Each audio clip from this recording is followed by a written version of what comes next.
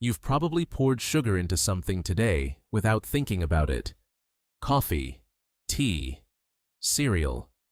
Maybe you grabbed a yogurt that said low fat on the label and felt good about the choice. But here's what no one told you. That yogurt was designed by an industry that spent decades making sure you blamed the wrong thing. And the sugar inside it has a history far darker than anything printed on the packaging. This is the story of the sweetest lie ever sold. 10,000 years ago, in the jungles of New Guinea, people chewed raw sugarcane stalks for the burst of sweetness inside. That was it. No processing, no trade.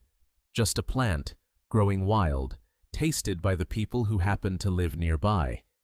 It didn't stay local for long. By 500 CE, Indian chemists had figured out how to press the juice from sugarcane, boil it down, and let it crystallize into small, stable granules. Those granules could be stored, transported, sold. Arab traders carried them west across the spice routes. By the time sugar reached medieval Europe, it was classified as a medicine, stored in apothecary cabinets, dispensed by physicians in tiny doses, priced so high that a single pound cost the equivalent of a full week's wages for a skilled craftsman. Only kings and nobles tasted sugar regularly. Everyone else lived and died without it. Then Europe looked across the Atlantic, and the equation changed permanently. When Spanish and Portuguese colonizers arrived in the Caribbean in the late 1400s, they found a climate perfect for growing sugarcane at massive scale. Warm, wet, ideal. The problem was labor. Sugarcane farming was brutal, hacking through razor-edge stalks in suffocating heat, processing the harvest through the night before it rotted, losing fingers to the mill machinery. No one would do this work voluntarily, so the colonial powers decided that someone else would do it involuntarily. Between the 1500s and the mid-1800s, approximately 12.5 million African people were forcibly transported to the Americas. A third of them ended up on sugar plantations. Historian Sidney Mintz, in his landmark book, Sweetness and Power, documented how the economics of sugar drove the transatlantic slave trade more than almost any other commodity. Planters in the Caribbean calculated openly that it was cheaper to work an enslaved person to death.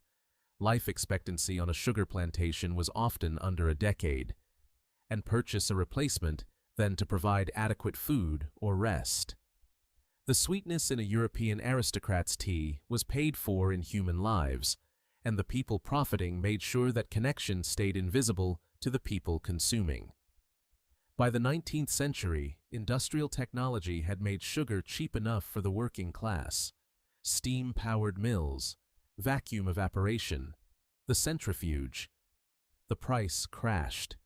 Sugar flooded into the diet of ordinary people, not because it was nutritious, but because it was calorie-dense and cheap.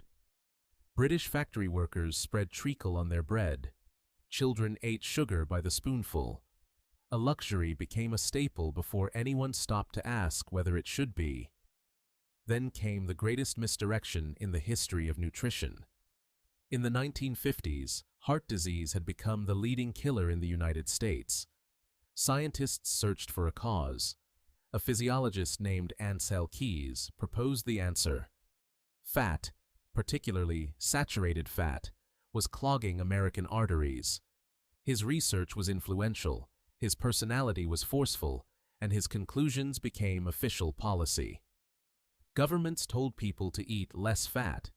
Food companies stripped fat out of their products to chase the trend, and replaced it with sugar.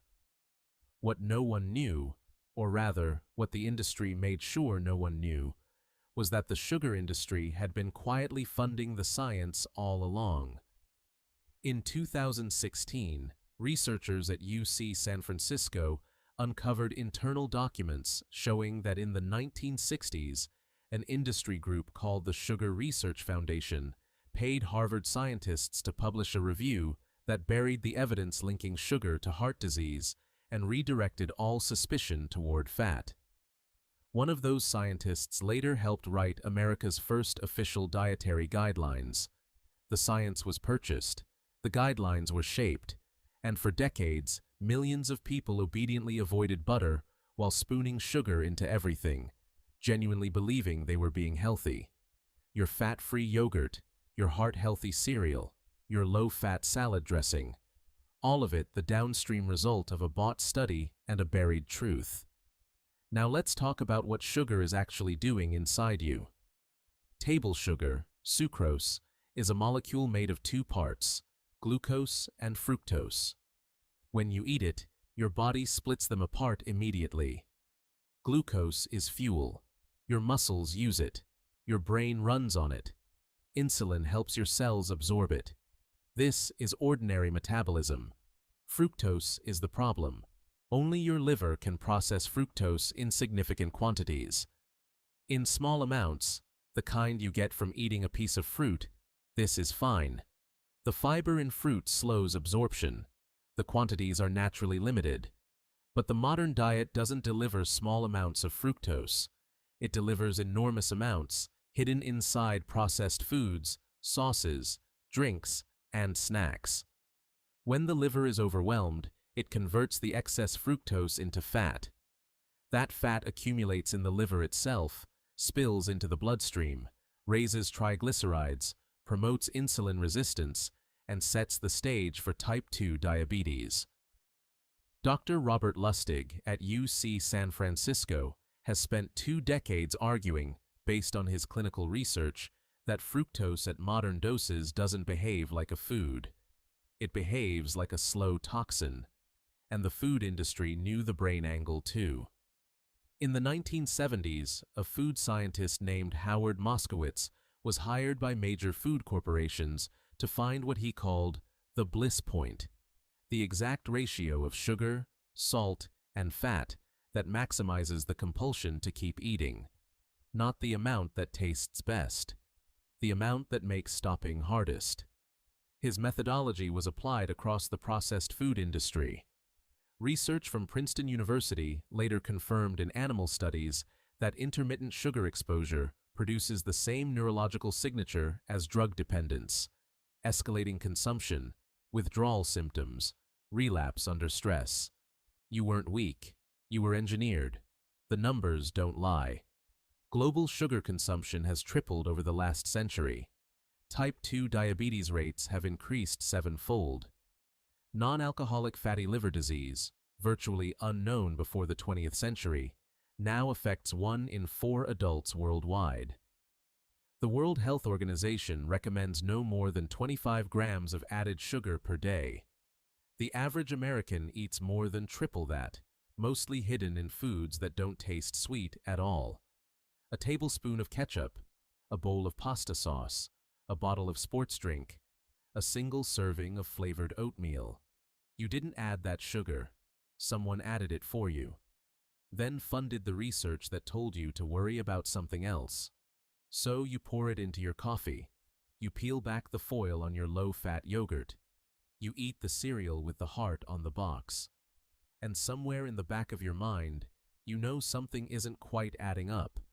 The guidelines, the products, the recommendations that never quite seem to work. Now you know why. The sweetness was real. That part, at least, was never the lie. Everything built around it was.